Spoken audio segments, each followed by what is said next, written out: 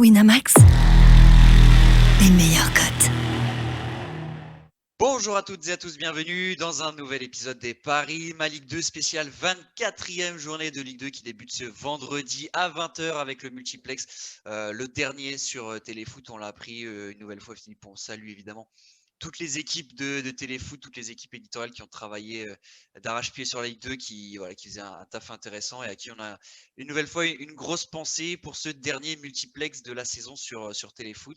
Avant de le voir soit sur Canal, soit sur beIN, mais selon nos informations, ce sera plutôt beIN Sport qui devrait récupérer la Ligue 2 pour la suite de la saison. La parenthèse est fermée. Philippe, déjà bienvenue à toi Ouais, dans ce nouvel salut, épisode bonjour à tous. qui anime le compte Les Paris ML2 que vous pouvez retrouver sur Twitter. Évidemment, n'hésitez pas à poser toutes vos questions. On y répond avec Philippe avec grand plaisir si vous avez des questions sur les paris sur la Ligue 2 chez notre partenaire Winamax Sport. Avant de se plonger sur la 24e journée, petit récap de la journée qui a eu lieu mardi soir. On a allumé du verre encore, Philippe. Est-ce que tu peux nous faire le récapitulatif rapidement? Ouais, on a plus 0,5 de gagné sur la soirée parce qu'on passe un combiné. Le Havre-Nancy, on avait 10 buts de Nancy. Caen Valenciennes, but de Valenciennes. C'était torché en 50 minutes. Il y a eu un partout sur les deux matchs. Ouais, si je dis pas de conneries. Il y a eu un partout, ouais. Ah ouais. Donc voilà, c'est une petite cote à 1,85. C'était la confiance. On avait misé 0,5 unités, donc voilà. Et Paris F Senior, on avait dit Paris FC ou nul et plus de 2,5 buts. Ça, on avait annoncé, on avait bien étudié le match qui sera un peu un match de Barjo. Et il y a eu 6 buts, On n'a pas 3 été partout. déçus. Ouais, on n'a pas été déçus. En plus, Paris doit largement Ouais, gagner à ouais. la fin, donc il n'y a même pas eu de quoi trembler. Donc bon bénéfice sur ce week-end, ce mardi soir. On a juste raté. Ah oui, le combiné, dommage. Ouais. Les deux équipes marquent sur Grenoble-Guingamp, ça a été validé facilement. Et Châteauroux-Chambly, malheureusement, il y a eu 4-0. Chambly a tapé la barre et Ouais. Chambly a été réduit à 10 en fin de première période, ce qui a du coup un peu compliqué les choses.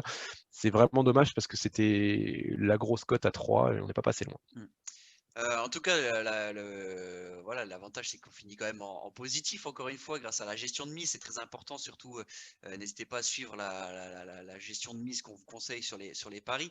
Tu as déjà proposé un petit combi pour la 24e journée. Tu l'avais proposé, je crois, dès mardi soir dans la foulée des matchs. Ouais, alors je m'étais peut-être un peu précipité parce que je pensais que la cote de Dunkerque qui ne perd pas à Guingamp allait descendre, puisque c'est sorti à 1,72 Dunkerque ou match nul à Guingamp. Et là, ça a continué de monter, puisqu'actuellement, Dunkerque ou match nul, si je dis pas de bêtises, ouais, 1,78. Donc, bon, bah, c'est un peu plus élevé. Donc, si vous ne l'avez pas pris, vous pouvez toujours le prendre. C'est intéressant. Combiné à Pau ou match nul sur la pelouse de Nancy. Là, la cote est sortie à 1,60 et je crois, non, 1,56, pardon, et je crois qu'elle a monté aussi. Elle est à 1,60. Donc, vous voyez, je me suis précipité. Franchement, j'aurais jamais cru. En fait, Guingamp, c'est la cata. Même s'ils ont Bah, fait un ce match qui, ce qui plutôt joue en correct. faveur, ce qui joue en faveur de Guingamp, entre guillemets, c'est toujours leur effectif sur le papier, même si Ouais, ça tourne pas enfin, du tout. Voilà. ok. Non, mais pour ceux qui suivent pas la Ligue 2, en fait, Oui, c'est ça. Oui, oui, ça c'est reste ça. quand on suit pas la Ligue 2, qu'on voit un match Guingamp-Dunkerque sur le papier, on va cliquer les 90 fois sur 100 sur Guingamp, juste pour le nom, et voilà, sans forcément suivre. C'est Effectivement, ça. quand on se penche sur les dynamiques et sur ce qui est proposé ces derniers temps, même si Guingamp, attention, a quand même fait un gros match à Grenoble et aurait En fait, c'est ça. mérité sans doute un match nul au moins. Donc voilà, mais Guingamp, c'est toujours ça, c'est que est-ce que ça va les booster ou est-ce qu'ils vont continuer à être dans le dur? C'est toujours compliqué, Guingamp. En fait, je pense que les joueurs ont réagi suite au départ de Bazdarevic. Donc là, pour le coup, ils ont montré ceux qui étaient sur le terrain, en tout cas, qu'ils étaient impliqués, qu'ils avaient envie de se battre. Le truc, c'est qu'ils ont totalement craqué mentalement Mm. sur la fin. Déjà, ils loupent des occasions assez Ouais, incroyables.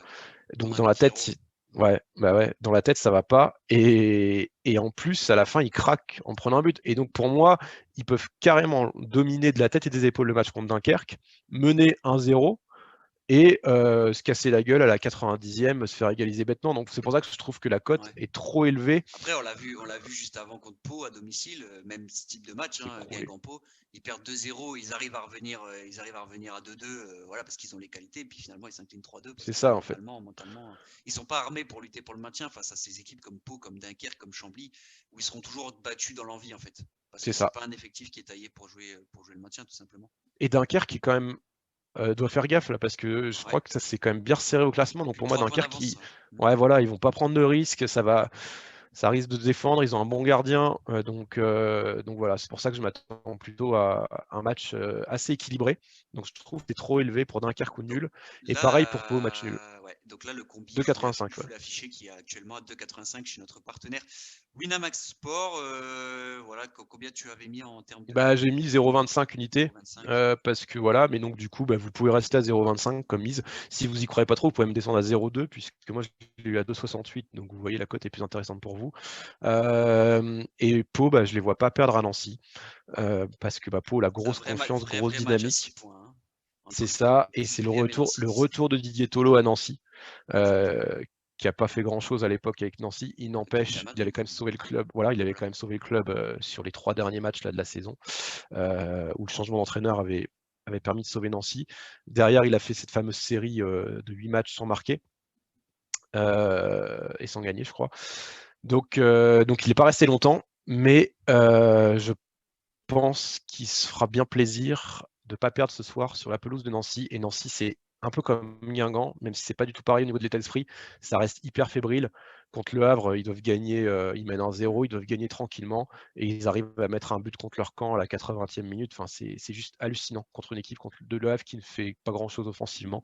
Voilà, donc je trouve que Et Pau qui reste sur 2 succès d'affilée, qui s'est très très bien relancé, donc à c'est ça. Guingamp et contre Amiens, hein, Amiens qui est aussi une équipe assez difficile à bouger, donc deux vrais beaux succès pour Pau contre deux belles équipes, pas Guingamp et pas une belle équipe en ce moment, mais voilà, contre quand même des grosses équipes, donc Pau qui remonte bien, donc effectivement Pau qui ne perd pas Nancy, ça se tente complètement, je suis d'accord avec toi. Voilà. Voilà pour le petit combiné qu'on vous propose. On a repéré un peu d'autres spots. Moi, sur le match Niort-Châteauroux, qui est aussi assez important pour le maintien, je vous propose, un peu dans la veine du Niort-Paris FC qui a été totalement fou avec 6 buts. Voilà, j'ai le sentiment qu'avec Niort, on a toujours la possibilité d'assister à beaucoup de buts. On sait que Niort, physiquement, ils ont un effectif assez court et l'enchaînement d'une semaine à 3 matchs, j'ai un peu peur pour eux que sur ce 3e match, ce soit très compliqué, même si c'est à la maison. Or, Châteauroux, avec l'arrivée de 4 recrues hivernales, ça a amené beaucoup de sang frais. Et ils ont des armes offensives, ils peuvent faire du turnover largement pour faire tourner, avoir plus de fraîcheur. Donc je vois bien Châteauroux carrément s'imposer à Niort, mais la cote sèche à 2,70 m'intéresse pas trop, même si on peut la prendre hein, si elle vous tente. Moi, ce que j'avais repéré, c'est une double chance, voilà, pour être un peu plus sécure. Double chance Châteauroux match nul et pardon, c'est ici et plus de 2,5 buts parce qu'on voit un match ouvert. Un match avec des buts, avec des défenses qui sont pas vraiment imperméables des deux côtés hein, d'ailleurs. Typiquement, je vous vois bien aller un 2-1 Châteauroux, un 2 partout, même un 3-0 Châteauroux si Niort craque complet. C'est pas impossible. Donc Châteauroux match nul plus de 2,5 buts, on est quand même sur une cote à 3,20. Pour moi, c'est trop élevé. Il y a une value à se faire de ce côté-là, plutôt que le 2,70 en sec. Voilà, j'aime beaucoup cette cote avec voilà, pareil, petite mise, hein, 0,25, 0,30. Pas faire flamber la bankroll, mais je pense que il y a un coup à jouer. Il y a un coup à jouer sur ce match. Châteauroux qui reste sur une belle victoire 4-0 contre Chambly. Ça va leur donner confiance. Ils ont besoin d'enchaîner. Ils restaient déjà sur des matchs positifs contre Amiens où ils perdent 1-0. Ils ne doivent jamais perdre 1-0. Ils restent sur un 3-3 contre Valenciennes. Enfin bref, ça va quand même mieux depuis quelques semaines. J'ai envie de croire à l'enchaînement pour Châteauroux. Donc, Je voilà. suis complètement d'accord. Moi, je te suis là-dessus. Et d'ailleurs, moi, je propose un deuxième combiné que j'ai pas encore posté et que je vais poster dans la matinée, justement. C'est sur les buts. Et ma base, c'est Niort-Châteauroux, Ouais. où je pars sur un plus que 2 buts à 1,44, je crois. Enfin, ça va peut-être bouger, mais tout à l'heure. 47. Ah bah, Exactement. 47, encore mieux, superbe. Donc voilà, s'il y a 2 buts, on est remboursé, mais pour moi, c'est un match où il doit y avoir au moins 2 buts, c'est quasiment certain. Donc voilà, et je rajoute à ça un autre match à but potentiellement Ajaccio-Auxerre, où je pars sur un plus de 2 buts aussi. Vous voyez bien un petit un partout, on disait. Ouais, voilà. Je sens que ça va être un match très serré. Il y a quand même beaucoup de qualité offensive dans les deux équipes. Ça joue au ballon, la pelouse est bonne. Enfin, donc voilà, c'est des bonnes conditions pour jouer au foot en ce moment Surtout en Corse. que voilà, Olivier à lui, il a été très élogieux envers Auxerre avec la qualité de jeu. Et c'est pas un Ajaccio qui va fermer le jeu du tout. Ils ont plus de pression pour le maintien. Ils sont remontés, ils sont 9e maintenant. Au contraire, ils vont peuvent même faire un gros coup. Hein. Ouais, ils vont aller chercher la gagne, clairement. Donc, ils vont pas fermer le jeu du tout. Ils savent qu'Auxerre aussi peut être pris dans les phases de transition. Enfin, honnêtement, je pense pas qu'on verra un match fermé ce soir entre Ajaccio et Auxerre qui vient de mettre un 3-1 à Toulouse et qui a besoin d'enchaîner aussi pour garder le contact avec les premières places. Donc effectivement, un match à but aussi, pour moi, c'est fort probable. Et je pense que l'enchaînement pour Auxerre est pas simple d'ailleurs. Mine de rien, je vais voir, ils ont que 8 points d'avance sur Ajaccio. Enfin, que 8 points. Pardon, ils ont 8 points d'avance sur Ajaccio. Ajaccio, ils peuvent revenir tout simplement à 5 points. Donc sur le 5e, c'est vraiment quelque chose, quoi. Donc ouais, j'attends un beau match. En tout cas, c'est un match à suivre avec attention. Et je rajoute un 3e pari parce que pareil, là, on va jouer 0,25 UT. Ouais. Okay. J'ai pas de grosse confiance sur cette journée de championnat et je trouve que les petits combis comme ça fait envie de vibrer sur plusieurs matchs, c'est plus sympa. Donc ce sera 0,25 la mise et sur Chambly-Sochaux, tout à fait. J'ai du mal à le dire, Chambly-Sochaux. Où là on n'est pas d'accord. Moi je vois des buts, pas toi. Les deux défenses sont décimées. Covid et expulsion du côté de Chambly. Ça c'est factuel. Blessure et bourrin carton rouge du côté de Sochaux. Vous comprendrez, les supporters socialiens, mes pauvres. Donc là, je pars sur un plus de 1,5 but. Parce que je suis quand même pas certain. Je suis un peu moins sûr que sur les deux autres matchs. Mais franchement, je vois quand même des buts. Je trouve qu'il y a des bons potentiels offensifs des deux côtés. Même si Weisbeck n'est pas là à Sochaux, ça m'ennuie un peu. Mais il n'empêche, face à des défenses affaiblies, il va y avoir des occasions. Et c'est un match où il va y avoir un penalty, il va y avoir des trucs un peu pourris. Donc voilà, je sais que toi tu le sens pas et en fait, tu sens le match fermé, toi. C'est très factuel que les deux défenses sont décimées avec les absences. Et justement, j'ai peur qu'on retrouve deux équipes qui se bétonnent à fond, en fait, en sachant qu'il y a beaucoup d'absences derrière. J'ai peur que du coup, on se recroqueville un peu sur soi-même, surtout Chambly qui a besoin de points pour le maintien. Ils vont pas faire les fanfarons, ils viennent de prendre 4-0, ils vont avant tout chercher à se rassurer défensivement. Ils vont pas partir la fleur au fusil. Ils n'ont pas non plus besoin absolument d'avoir les 3 points. Déjà, je pense à un match nul contre Sochaux, ça leur irait bien. Voilà, moi, j'ai peur de ça. J'ai peur qu'en fait, les absences mènent à une grande prudence. Et la pelouse à Beauvais, elle n'est pas top pour faire du jeu. De toute façon, je pense que ça fera pas énormément de jeu. Je pense que c'est pas le but des deux équipes. Donc, en fait, c'est soit les défenses décimées amènent beaucoup d'occasions et des buts, soit au contraire, elles amènent une grande prudence et aucun risque et voilà des longs ballons devant et une vigilance redoublée avec ces absences. Donc voilà, c'est un peu, j'ai envie de dire, pas pile ou face, mais c'est selon la conviction de chacun. Donc voilà, Philippe pense que les attaques vont prendre le pas. Moi, je pense plutôt que ça va être un match très fermé avec peut-être 0-0 voire 1-0 sur un coup de pied arrêté. C'est pas impossible, mais voilà, libre à vous en tout cas, on vous donne les clés. Moi, si je vous ai donné la petite cote sur Niort-Châteauroux plutôt. Si vous voulez remplacer en fait, si vous voulez remplacer Chambly-Sochaux, au cas où, si vous ne sentez pas, il y a la même cote qui je trouve est très intéressante, mais je la prends pas parce que j'ai déjà Pau dans un autre combiné. J'aime pas avoir 2 fois le même pari dans un combiné. C'est Pau qui marque à Nancy. Ouais, c'est un peu plus bas. C'est nombre de buts équipe extérieure, c'est 1,41. Et Nancy, ça fait. Il y a notre ami Florent qui a sorti la stat. Ça fait depuis le 10 janvier 2020 que Nancy a toujours pris au moins un but à la maison et défensivement, de toute façon, ils arrivent même à prendre un but contre le Havre, donc faut le faire. Donc Pau, ils sont quand même bien chauds offensivement en ce moment. Victor Lobry est énorme, Romain Armand est bien aussi, et je trouve la cote est intéressante. Et en plus, l'arbitre de cette rencontre sera notre ami Bartolomeu Valérella. Donc, si vous aimez les pénaltys, il y a 2 matchs que j'ai repérés, c'est Nancy-Pau, et on a aussi une guest star à Guingamp-Dunkerque, c'est Alexandre Perroniel. Alors lui, c'est un numéro aussi au niveau de l'arbitrage.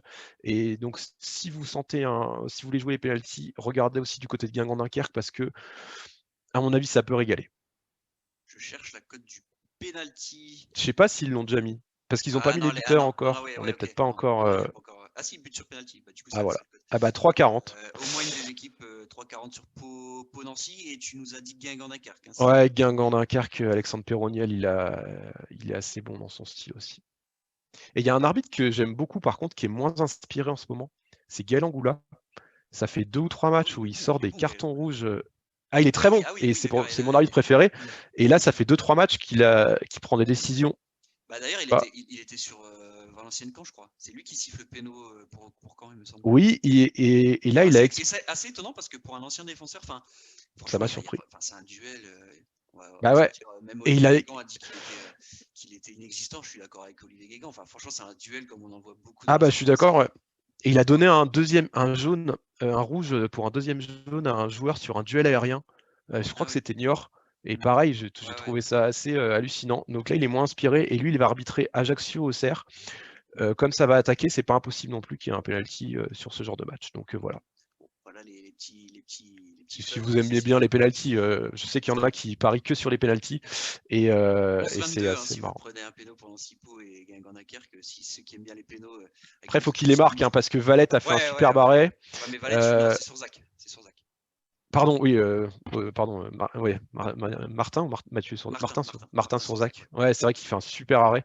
Donc après, il faut encore les marquer, les pénaux. Mais c'est vrai que, voilà, ça se tente. En tout cas, on vous a livré quelques petits conseils sympas. Évidemment, vous pouvez retrouver tous nos paris sur le compte Les Paris ML2 sur Twitter. Vous pourrez trouver la pastille vidéo sur notre chaîne YouTube Malick 2. N'hésitez pas à vous abonner pour ne rien rater de toutes nos vidéos, de tous nos podcasts. Et puis toute l'actu de la Ligue 2 sur malick2.fr avec l'application mobile gratuite et disponible sur tous les stores. Merci beaucoup Philippe pour ces nouveaux conseils. Dorian. Et puis à très vite. À bientôt. Allez, salut. Salut. Winamax, les meilleurs cotes.